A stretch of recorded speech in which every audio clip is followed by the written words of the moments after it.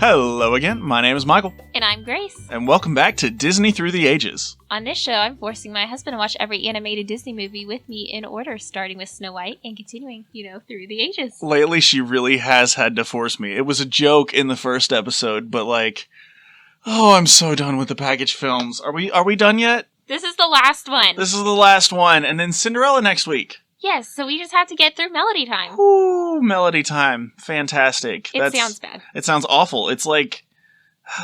melody in the title, it reminds me, I'm having flashbacks to Make Mine Music and Fantasia, and I don't want anything that has music or melody in the title ever again. Yeah, same here.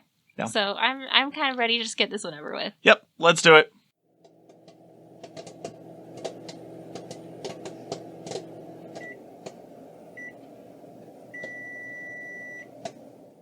And we're back. Initial thoughts? I liked it better than Fun and Fancy Free, for sure. Agreed. This one had a lot more little skits in it, but some of them were better than Fun and Fancy Free. And so, Fun and Fancy Free only had 2 chances to get me to like it, and it failed miserably in both. Whereas this one had 7 skits, I think? 7 skits. And, I liked at least a few of them, which is better.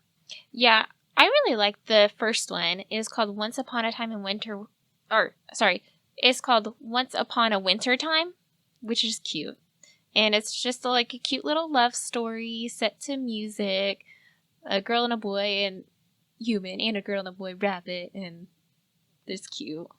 Yeah, one thing I noticed about this one, the animation style reminded me of, Frosty the Snowman, or some of those other early animated movies.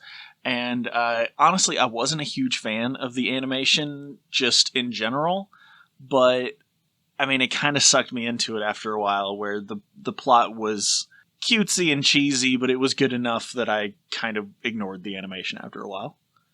Yeah, it really drew you in, actually, with the story, because it got pretty exciting toward the end. Yeah, because the girls, both human and rabbit, are kind of mad at their respective boys because they had sprayed ice at them or things like that, just being boisterous idiot men like we do.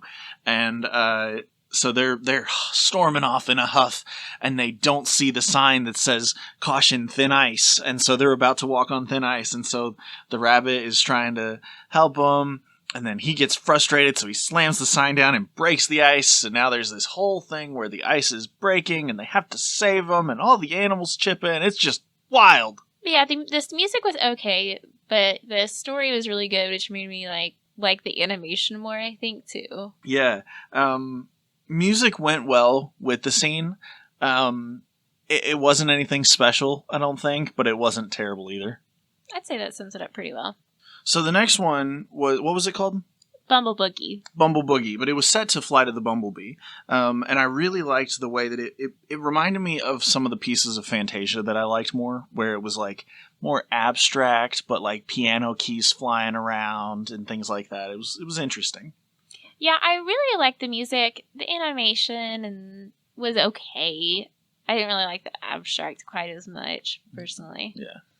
Yeah, see, with Fantasia and stuff, those tended to be the ones that I liked more, was the kind of abstract, but kind of some real-world elements, not just splotches of color. So I actually really liked this one. The next one might have been my favorite. It was The Legend of Johnny Appleseed. Yeah, that one was really interesting. It was another one where I didn't care for the animation style as much, but it kind of grew on me because it kind of reminded me of a painting. It was interesting. Yeah, I liked it. My main complaint with the animation was Johnny looked really good, and the angel that visited him looked really good, and the animals were really good, but all the other characters were kind of meh. Gotcha. Kind of like the background characters in Dumbo, where they don't even have faces half the time, or things like that. It was kind of off-putting. Exactly. I thought it was kind of adorable. This is the second time that we've seen a skunk on film in a Disney movie, and the second time they haven't called it a skunk. Because the first time it was Flower, and then now they called the skunk a cat, which I thought was cute because an old Western frontiersman kind of name for a skunk is a polecat. It was super cute, and he petted the skunk kitty, and then everyone in the forest loved him. Yeah, it was adorable. And this one it was surprising with how much it was talking about the Lord's being good to me and things like that. Like, modern day Disney movies, you're not used to seeing any religious overtones to it or things like that. And so it was interesting that they were so upfront about Johnny Appleseed's Christian heritage. Yeah, I thought that was interesting too. They definitely wouldn't be that upfront with it. I don't think they included it all today. And then even the way it ended was, Johnny has spent 40 years doing the Lord's work here on Earth, planting apple trees, and then the guardian angel comes and gets him and tells him that they need apple trees in heaven, and so Johnny has to go to heaven and plant more apple trees. And so it was just kind of, it was a very religious interpretation of the Johnny Appleseed story, which was very interesting. Yeah, I really enjoyed it. I was really sad at the end when it was clear that it's like, oh, yeah, like he's old and he's died now. And I'm like, no. And then it's like, okay, he gets to go to heaven. I'm like, okay, this is fine. I'm okay with it. Yeah, and it's got a cute little tie-in where it's something like the apple sky is like, I guess that was a phrase back then of like describing the sunset or something. Yeah, like the clouds or his apple trees or something. Yeah. I don't know. So the next one was Little Toot. And I gotta be honest, I wasn't paying that close of attention in this one. It just kind of lost me. Starts out Little Toot as being like super rude and really immature. And then he gets locked up. And then suddenly he's mature and everybody likes him again. He saves the ship. Yeah. I'm just not sure where that change of heart came from. I guess it's just from the fact that he got locked up, and so he decided to be good after that. I don't know. I really didn't like this one. Yeah, I wasn't a big fan. Little Toot is so immature and boisterous that he destroys the entire city. He gets a whole ship knocking over skyscrapers and stuff, and he gets locked up. And there was like a weird creepy part where like the floats out in the sea were like, bad boy, shame. And they almost sounded like ghosts and looked like it was really, I could see that being like nightmare inducing for little kids. Yeah, it was kind of weird. I didn't like it, but it was starting to get stormy too. So it's just kind of giving off that gloomy vibe. Yeah. I think was the purpose there. That makes sense. So the next one was worse though. The tree. It was called Trees. Was it really just called Trees? It was called Trees. I thought it might have had a longer name that I missed. Like, okay, that explained, like, the title is as boring as the rest of the thing was. Like, I'll say that the animation was beautiful, but everything else about it was just so meh. That's what I wrote. Yeah, meh. I literally wrote meh also. It was so dull. The music was, it was alright. I'm sure it was good in the time, but it's like very dated, not something that keeps your attention these days anyway. Now, the one after that had Jose and Donald with samba music, and so that was a lot more fun, especially by comparison being next to the other one. Yeah, it was called Blame It on the Samba. It was so good. It was peppy. I was like, all right, I'm paying attention again. Great. Now with this one, as with we were talking about earlier and with Fantasia, there were some parts that had some kind of halfway abstract kind of feel to them, which I really enjoyed. Specifically when the little bird, the little woodpecker looking bird, what was his name? I think Araquan? The Araquan bird. Little annoying bird sets a stick of dynamite inside the piano that this lady's playing, and then the piano explodes, but then she's like playing the keys in midair as the piano like comes back together magically. It was just a really cute scene and a good way of incorporating animation with live action. Yeah, I like that particular scene. The rest of it, I didn't totally care for the animation, and the song was a little repetitive, but it was still fun, especially after watching the silly Trees one. It was just boring. So yeah, Trees was so meh that anything else coming afterwards seemed radically exciting by comparison. Now, the last one was all about Pecos Bill, and this one definitely had some outdated cultural depictions, I think is how they word it on Disney Plus description. Believe so. So let's just dive right into it. It's Roy Rogers telling this story of Pecos Bill to these kids, or Pecos Bill, as they kept saying, which was so weird. It's spelled Pecos, but they kept saying Pecos. It was a weird way to say it. They were saying everything a little weird. Yeah. Like coyote. Yeah, coyotes. And maybe it's just the Texas accent. I don't know. But I mean, we're from Tennessee. Like, it's a similar accent. You'd think it would be anyway. Anyway, so he's telling the story of Pecos Bill and Widowmaker and the Injuns, which that in and of itself is problematic, calling them Injuns. But, so Pecos Bill is abandoned by his family. He falls out of the wagon into the Pecos River, and he's raised by coyotes that look like Wile E. Coyote. One thing that I really liked about this one was when the vultures were flying around little baby Widowmaker, Pecos Bill's horse, the lyrics said, "The usual committee was there today to welcome their guests in the usual way," which was the vultures swooping down to try to harass it and try to kill it, essentially, as it's dying in the desert. I thought that was a really clever line. It just kind of struck me. Agreed. That stood out to me, too. And then, so Pecos Bill grows up and he becomes a cowboy, and he's shooting his guns all over the place, like cowboys apparently were wont to do. Yeah, and the thing they actually called him the Western Superman. Did they really? I must have missed that. It was super cute. That's fantastic. So he goes and he rides a tornado like a bucking bronco, and he throws a piece of paper and a bunch of tobacco into his mouth and rolls a cigarette with his tongue and lights it with a lightning bolt, which, again, a little bit problematic of having, tobacco depictions in a family film. But the worst part is, so it's not even towards the end of the thing. It's about halfway through. It's talking about all these feats that Pecos Bill did. And one of the things is these painted Injuns are playing their games, and Pecos Bill comes in a-shooting and scares them, so they jumped out of their makeup, and that's how the painted desert got painted. And that is the most inappropriate racial depiction I've ever heard in my life. It was so bad. Yeah, that was pretty bad. Like honestly, it's just, because they're displaying Native Americans in such a negative light and making fun of their culture by the way they're showing them all painted and dancing and stuff. It's very much a caricature. But then they're not even doing anything. They're just playing games and dancing and stuff. And Pecos Bill comes in, guns a-blazing. It's like, wow, they're like just straight up admitting that white people were terrible to Native Americans when they weren't doing anything. I mean, I feel like that's probably accurate. Yeah. So yeah. Oh man, and I'm sure that story probably is part of the actual, Pecos Bill lore, because Pecos Bill is a tall tale from America. So that's probably is the reasoning that people gave of how the painted desert got painted. But that does not belong in any movie, much less a kid's movie. And honestly, it's like that one scene is bad enough to just taint the entire rest of this piece. It does. And then it just kind of does go downhill from there, in my opinion. Then it's like, all of a sudden, after he does these great things, then he meets a dame.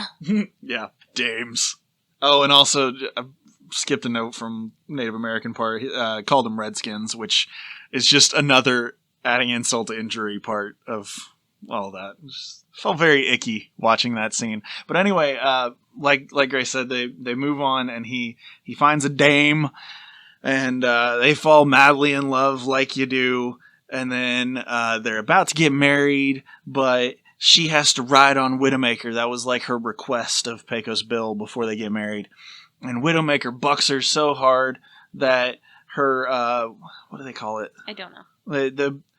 The poofy metal thing that women used to put on their derrieres to make it poof out was like a spring, and it shot her up over and bouncing over and over until she landed on the moon. And then Pecos Bill was so heartbroken. Pecos Bill was so heartbroken that he went back to live with the coyotes again who had raised him. And he would always howl at the moon anytime there was a full moon because he missed his love who was up there stranded on the moon. And all the coyotes felt so bad that they learned to howl with him. And that's why coyotes howl at the moon. And Widowmaker is officially the worst wingman ever. Yep, because Pecos Bill was trying to lasso his gal before she got sent to the moon, and Widowmaker stepped on the rope. Heinous. Yeah, that's just ending. Ugh, yeah. And that was the whole movie. So, any overall thoughts about it, or? Overall, I feel like it's a lot better than a lot of the package films, but it's still a package film at the end of the day. Yeah, I don't know if I would say it's one of my favorites of the package films, but it's not my least favorite either. Which is good because I was getting really sick of them, and so it's nice to have one that's a little better here towards the end. So yeah, I enjoyed it well enough. It had ups and downs, and so overall, I'd probably give it like a 5 out of 10. Like, it was middling. That's good. I feel like it was still pretty mediocre overall, so I was going to give it a 3. Gotcha. Yeah, so we'll have to update. We need to update our rankings of how we would align the movies. Well, after we watch the next one, it's the last package film, and I think we should make our rankings of just the package films. That's fair, because the package films are pretty much at the bottom. And so having the rankings. And I count Fantasia as a package film. I know it's not technically, but it's the same kind of feel of a whole bunch of shorts crammed together into one movie. To me, they're about on par. Agreed.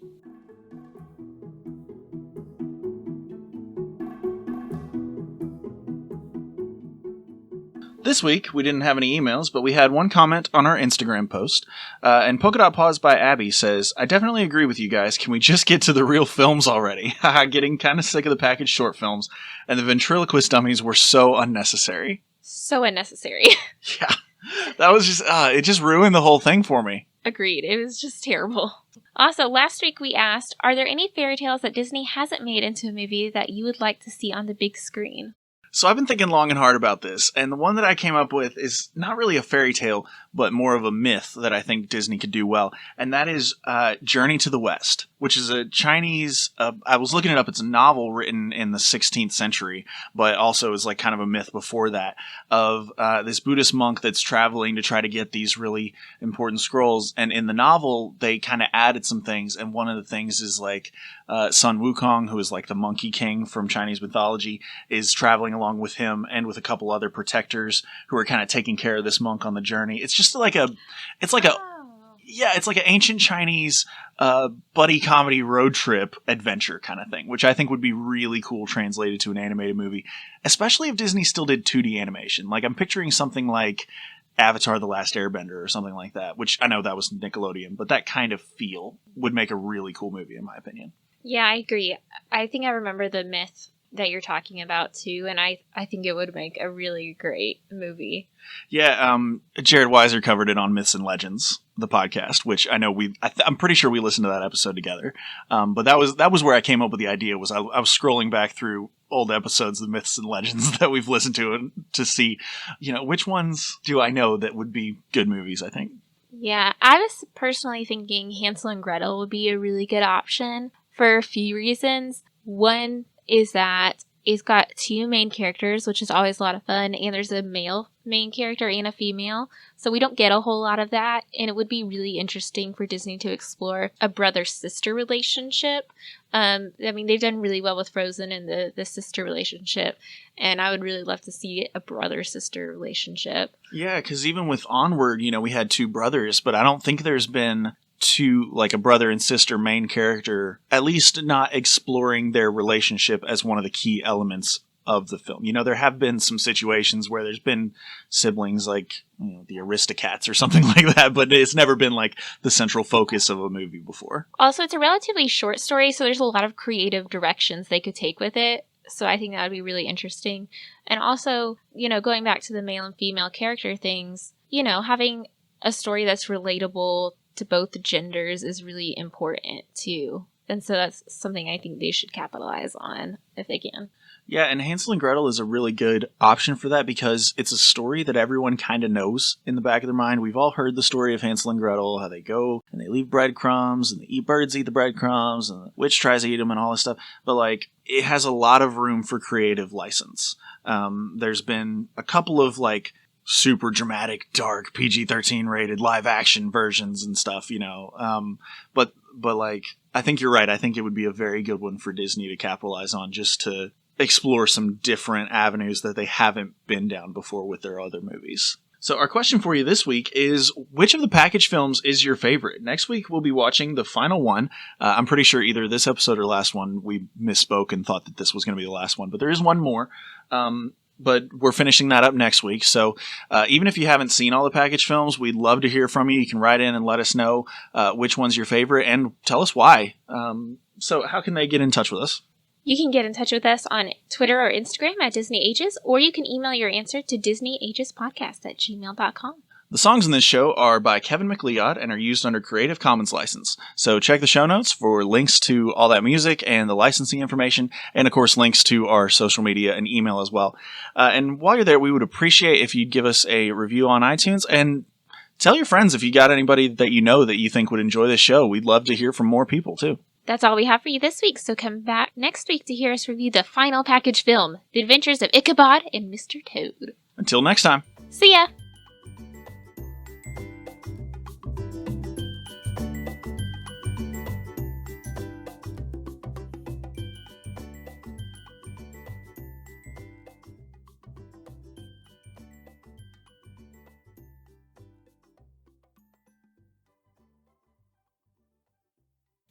Hello again. My name is Michael. And my name is Grace. That was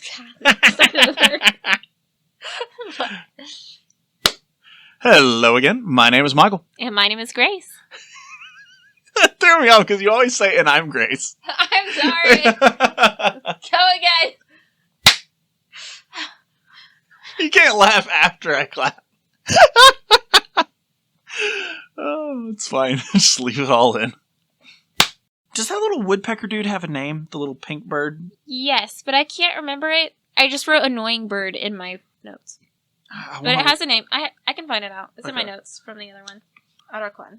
Huh. That's the same. Otterquan bird. The Otterquan bird. Okay. That's not the name I was expecting. I don't know what I was expecting. I guess, like, Pierre or something. That's going to be really annoying to edit. Started running. Yeah.